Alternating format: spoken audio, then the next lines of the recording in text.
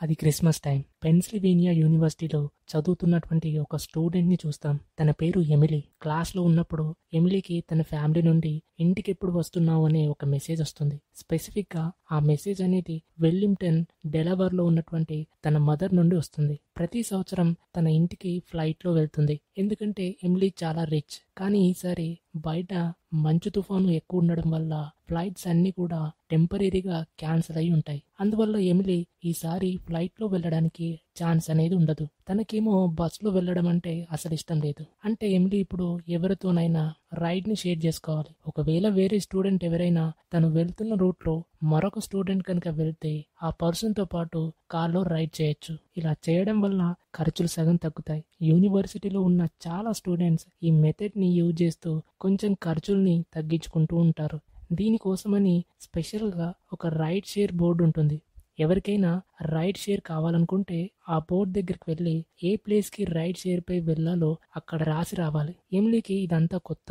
First time ఈ సర్వీస్ని use చేయడానికి వెళ్తుంది. ఇక ఎమిలీ రైడ్ షేర్ బోర్డు దగ్గరికి వెళ్ళి రైడ్ పార్ట్నర్ కోసం వెతికితే ఎమిలీకి ఒక రైడ్ పార్ట్నర్ ఈజీగా దొరికేస్తాడు. ఎమిలీ ఆ పర్సన్కి కాల్ చేసి ఆ పర్సన్తో పాటు వస్తానని చెప్తుంది. వాళ్ళు 23rd ఎగ్జాక్ట్గా 1 PM బయలుదేరాలి. కానీ ఎమిలీ 2 hours లేట్గా వస్తుంది. అంత లేట్ వచ్చినా కూడా ఎమిలీ రైడింగ్ పార్ట్నర్ వెయిట్ చేస్తూనే ఉంటాడు. ఈ రైడింగ్ పార్ట్నర్ పేరు గాయ్. గాయ్ దగ్గర ఒక ఓల్డ్ కార్ ఉంది. దాని డిక్కీలో అతని లగేజ్ అంతా ప్యాక్ చేసి ఉంటాడు.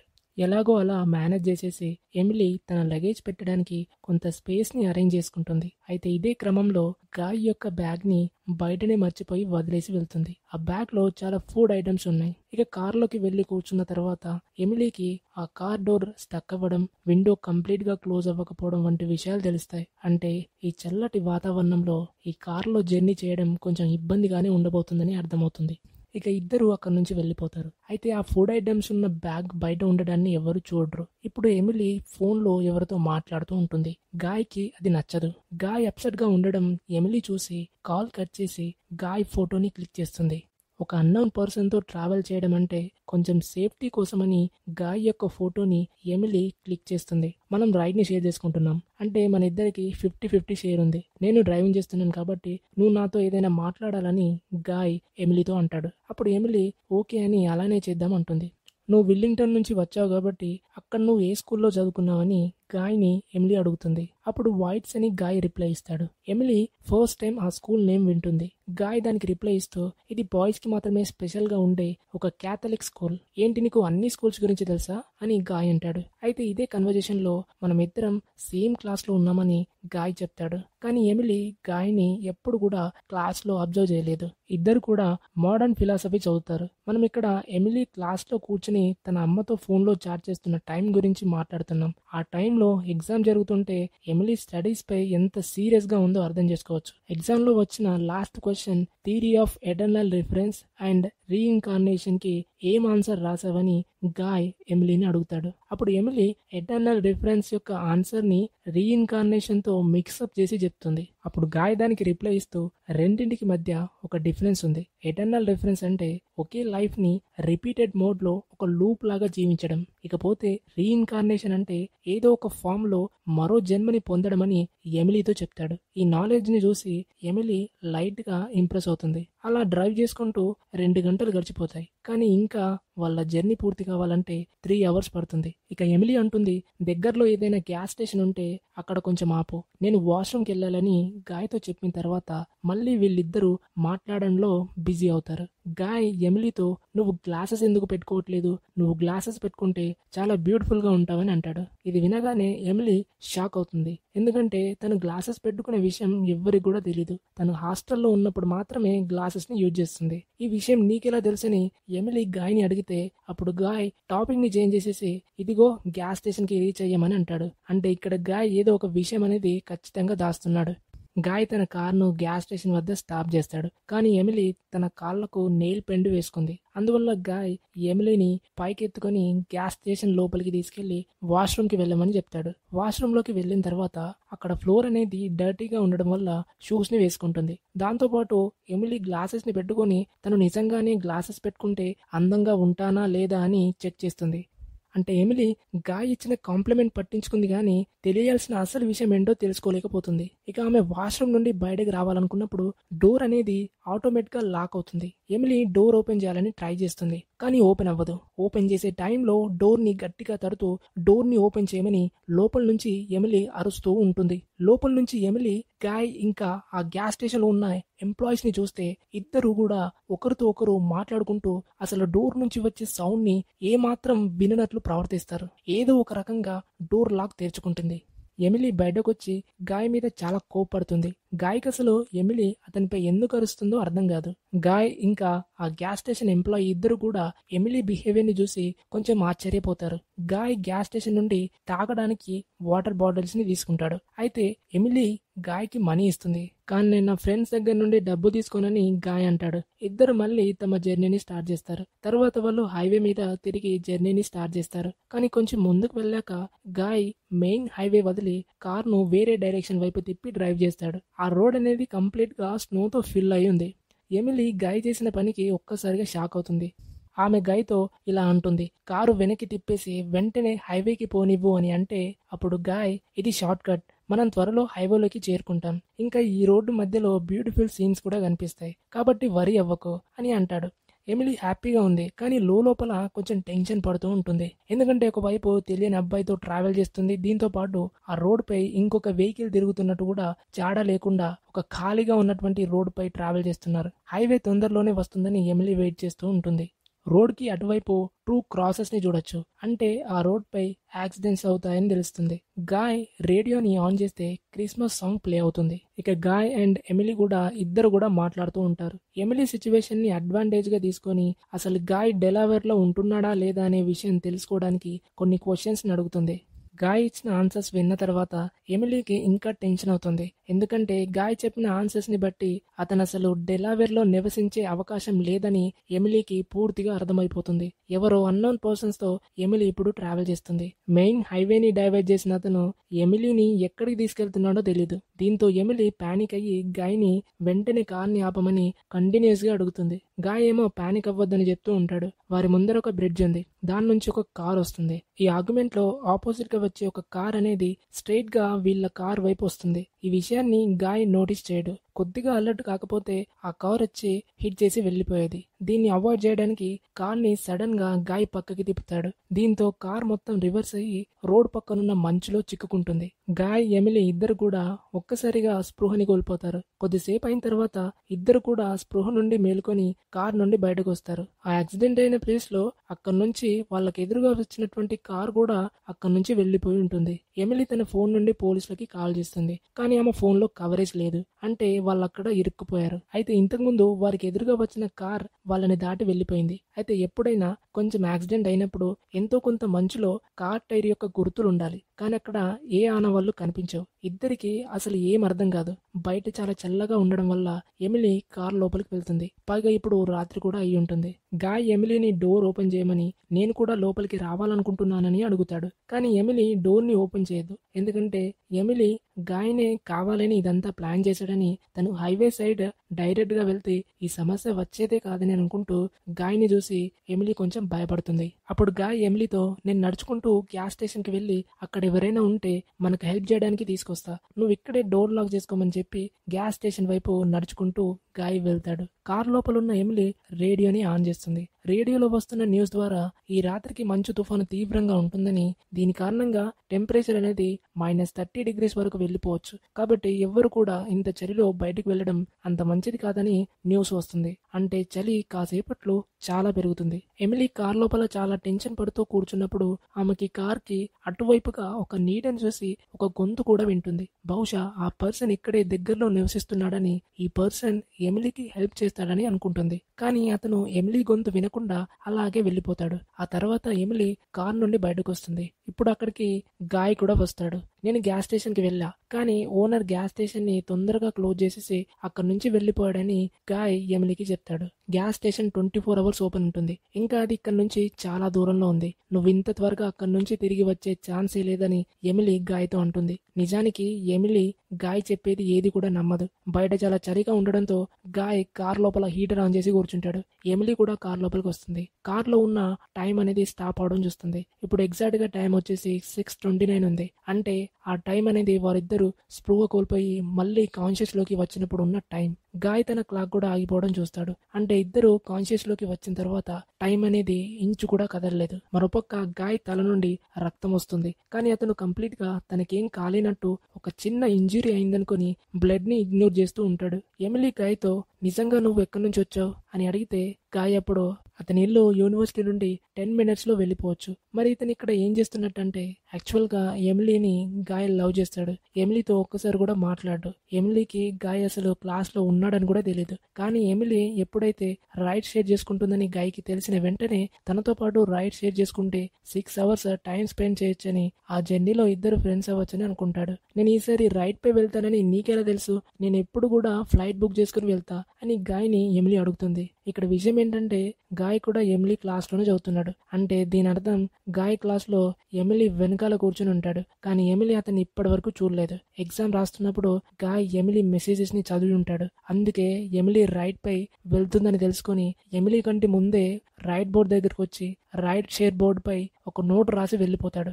ఇక తర్వాత ఏం జరిగిందో మనం ఇప్పటి వరకు చూసేసాం. యాక్చువల్ గా గాయ్ ఒక సైకో కాదు, ప్రేమలో పిచ్చోడు. హైవే నుండి కార్ ని పక్కకి తిప్పితే ఎమిలీతో కొంచెం టైం స్పెండ్ చేయొచ్చు అని ఆలోచిస్తాడు. అదే కాకుండా ఎమిలీకి ఈ హైవే పై వెళ్తుంటే బోర్ కొట్టడం చూసి రోడ్ డైరెక్షన్ మార్చేస్తే చుట్టుపక్కల ఉండే బ్యూటిఫుల్ సీన్స్ ని చూస్తుందని అనుకుని అలా చేస్తాడు. కానీ గాయ్కి ఇలా ఇరుక్కుపోతారని తెలీదు. గాయ్ ఎమిలీని చాలా రోజుల నుండి స్టాకింగ్ చేస్తూ ఉంటాడు. అందుకే ఎమిలీ యొక్క లైక్స్ అండ్ డిస్లైక్స్ ఇంకా గ్లాసెస్ పెట్టుకోవడం విషయాలు అన్నీ కూడా గాయ్కి తెలుస్తాయి. ఈ ట్రిప్ కి వచ్చే ముందు కూడా గాయ్ అంతా ప్లాన్ చేసుకుని వస్తాడు. తన దగ్గరున్న మనీతో ఎమిలీకి నచ్చిన ఫుడ్ ఐటమ్స్ అన్నిటినీ కొనుక్కొని బ్యాగ్ లో తెచ్చుంటాడు. కానీ ఆ బ్యాగ్ వెళ్ళేటప్పుడు అక్కడే మర్చిపోయి వెళ్తారు. గాయ్ ఎమిలీని ఇంప్రెస్ చేయాలనుకున్న ప్లాన్ మొత్తం కూడా ఫెయిల్ అవుతుంది. ఇప్పుడేమో తినడానికి ఏం లేదు, జస్ట్ వాటర్ బాటిల్స్ మాత్రమే ఉన్నాయి. ఇప్పుడు వాళ్ళు మాట్లాడుతూ ఉన్నప్పుడు సడన్ గా కార్ లో హీటర్ వర్క్ చేయడం ఆగిపోతుంది. బయటకు వెళ్ళి చూస్తే ఫ్యూల్ ట్యాంక్ కూడా లీక్ అవుతుందని అర్థమవుతుంది. కార్ లో ఫ్యూల్ అయిపోతే కార్ ని స్టార్ట్ చేయలేం, హీటర్ కూడా ఆన్ కాదు. అంటే రాత్రంతా ఇద్దరు కూడా కోల్డ్ వెదర్ లో కార్ లో స్పెండ్ చేయాలి. కొద్దిసేపు అయిన తర్వాత ఎమిలీ బయటకు వెళ్లి చూస్తే అప్పుడు కొందరు ప్రీస్టులు ఆమె పక్క నుంచి వెళ్తూ కనిపిస్తారు. కానీ వాళ్ళు ఆమెను పట్టించుకోకుండా నడుచుకుంటూ వెళ్ళిపోతారు. ఇది చూసి కార్లో ఉన్న గాయ్ని ఎమిలీ పిలుస్తుంది. అప్పుడు గాయ్ ఎమిలీని కార్లో కూర్చోమని నేను వాళ్ళని ఫాలో చేసి హెల్ప్ అడుగుతానని చెప్తాడు. తనకు ఆ ప్రీస్టులు ఎలాగైనా హెల్ప్ చేస్తారని గాయ్ నమ్ముతాడు.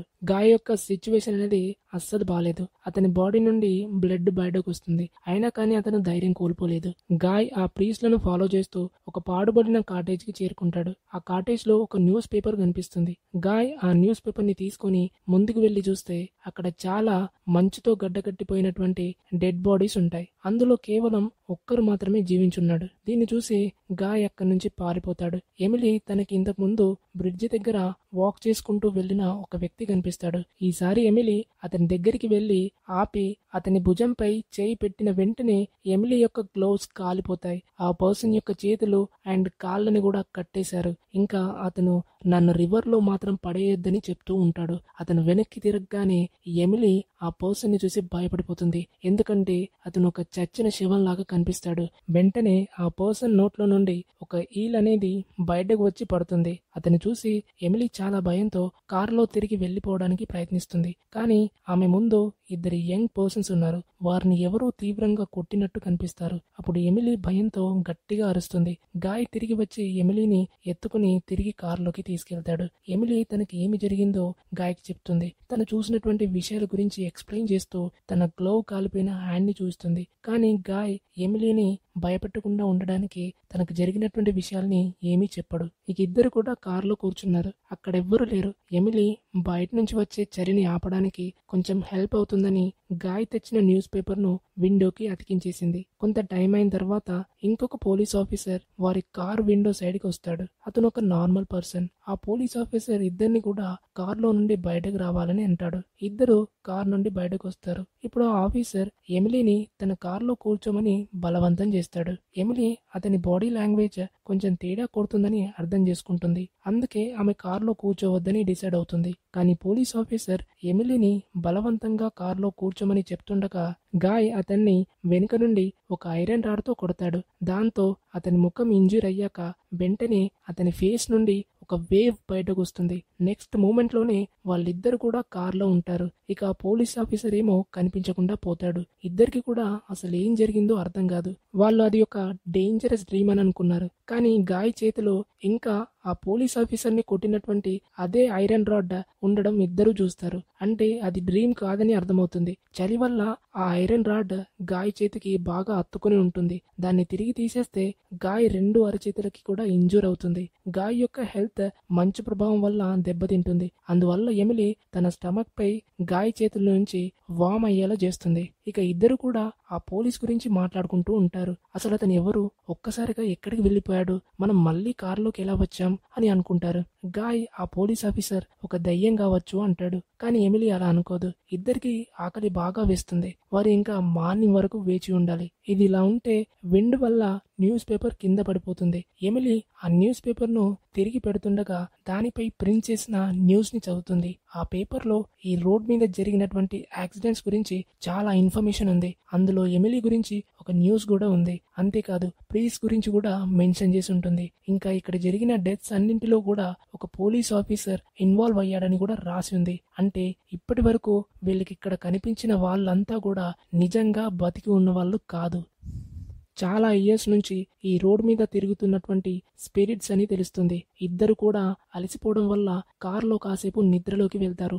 నైట్ ఎగ్జాక్ట్ గా 2:30కి ఎమిలీకి ఒక విజన్ వస్తుంది. అందులో వాళ్ళ కార్ దగ్గరకు వచ్చిన ఒక పోలీస్ ఆఫీసర్ ఎమిలీని తన కార్లో కూర్చోమని బలవంతం చేయాలనుకున్న ఆఫీసర్ అదే ప్లేస్ లో ఒక లేడీని కార్ నుంచి బలవంతంగా ఎక్కించుకొని రేప్ చేసి చంపేశాడనే విజన్ వస్తుంది. ఈ విజన్ వచ్చినప్పుడు ఎమిలీ బాడీ మొత్తం షేక్ అవుతుంది. కళ్ళు తెరిచి విజన్ నుండి బయటకు వస్తుంది. ఆ విజన్స్ వల్ల ఎమిలీ బాగా భయపడిపోయి ఉంటుంది. అప్పుడే కార్ కూడా షేక్ అవుతుంది. ఇద్దరు కూడా చాలా భయపడతారు. కానీ మెల్లిగా అంతా కామ్ అవుతుంది.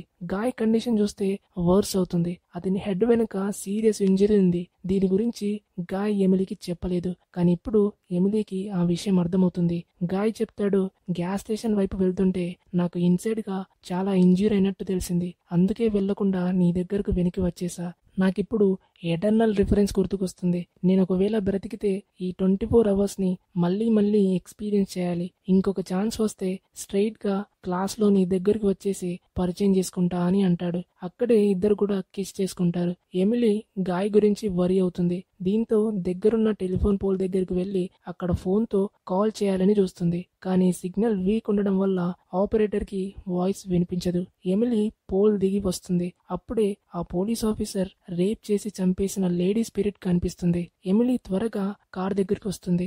గాయ్ అన్కాన్షియస్ లో ఉన్నాడు. అతన్ని నిద్రలోంచి లేపడానికి ట్రై చేస్తుంది. కానీ గాయ్ ఆల్రెడీ చనిపోయాడు. ఎమిలీ చాలా సాడ్ అవుతుంది. అతని బాడీని కార్ నుంచి బయటకు తీస్తుంది. అప్పుడు ముందు నుంచి ఒక కార్ వస్తుంది. ఫస్ట్ ఎమిలీ ఆ కార్ ఒక పోలీస్ కార్ అయ్యి ఉండొచ్చని అనుకుంటుంది. కానీ అది ఒక స్నో ప్లో. ఆ డ్రైవర్ ఎమిలీ పోల్ దగ్గర నుంచి కాల్ చేసినప్పుడు ఆ కాల్ అనేది అతనికి వెళ్ళింది. సో అతను హెల్ప్ చేయడానికి వచ్చి ఉంటాడు. డ్రైవర్ చెప్తాడు, 1950లో ఇక్కడ ఒక కరప్ట్ సైకో పోలీస్ ఆఫీసర్ ఉండేవాడు. అతను చాలా మందిని ఈ రోడ్ మీద చంపేశాడు. వేరే వాళ్ళ కార్స్ వెళ్తున్న టైంలో కావాలని ఆ పోలీస్ ఆఫీసర్ తన కార్ ని ముందుకు తెచ్చి యాక్సిడెంట్స్ జరిగేలా చేసేవాడు. 1953లో ఇద్దరు యంగ్ బాయ్స్ వెళ్తున్న కార్ ని కావాలని యాక్సిడెంట్ చేసి డిచ్ లో పడేశాడు. కానీ ఆ పోలీస్ ఆఫీసర్ తాగి ఉండడం వల్ల తన కార్ కూడా డిచ్ లో పడి చనిపోయాడు. అయినా ప్రతి క్రిస్మస్ నైట్ టైంలో ఇక్కడ యాక్సిడెంట్స్ జరుగుతూనే ఉన్నాయి. 1961లో కొంతమంది ప్రీస్ట్ల యొక్క డెడ్ బాడీస్ అన్ని కూడా ఇక్కడ మంచుతో గడ్డకట్టిన స్థితిలో దొరికాయి. ఇదంతా ఆ డ్రైవర్ ఎమిలీకి చెప్తుండగా వాళ్ళకి కార్ కి ముందుగా ఇంకొక కార్ వస్తుంది. దాన్ని తప్పించడానికి డ్రైవర్ కార్ ని సైడ్ కి తిప్పుతాడు. దీంతో ఆ కార్ అనేది స్నోలో స్టక్ అవుతుంది. ఇక డ్రైవర్ బయటకు వచ్చి చూస్తే వాళ్ళకి ముందుకు వచ్చిన కార్ అనేది డిచ్ లో పడి కాలిపోతూ ఉంటుంది. వాళ్ళిద్దరు కూడా ఆ కార్ దగ్గరికి వెళ్తూ ఉంటారు. ఇక డ్రైవర్ కి పాస్ లో జరిగిన ఇన్సిడెంట్స్ అన్ని కూడా కనిపిస్తాయి. డ్రైవర్ డిచ్ దగ్గరకు వెళ్తే అక్కడ ప్రీస్లు కనిపిస్తారు. అక్కడ ఆ పోలీస్ ఆఫీసర్ కి యాక్సిడెంట్ అనేది ఎలా జరిగిందనే సీన్ అనేది కనిపిస్తుంది. ప్రీస్ట్ ఆ పోలీస్ ఆఫీసర్ కి హెల్ప్ చేయగలిగే వాళ్ళు. కానీ అతను పాపాలు చేశాడని తెలిసి కారు యొక్క మైక్రోఫోన్ ని తీసేస్తారు. సో అతను హెల్ప్ కోసం కాల్ చేయలేక చనిపోతాడు. తర్వాత అతని ఈవిల్ సోల్ అనేది ఆ ప్రీస్ట్లని ఫ్రీ చేసి చంపేస్తుంది. డ్రైవర్ ఇంకొంచెం ముందుకు వెళ్తే పోలీస్ ఆఫీసర్ స్పిరిట్ అనేది ఫైర్ అవుతున్న కార్ నుంచి బయటకు వచ్చి అతన్ని క్యాచ్ చేస్తుంది.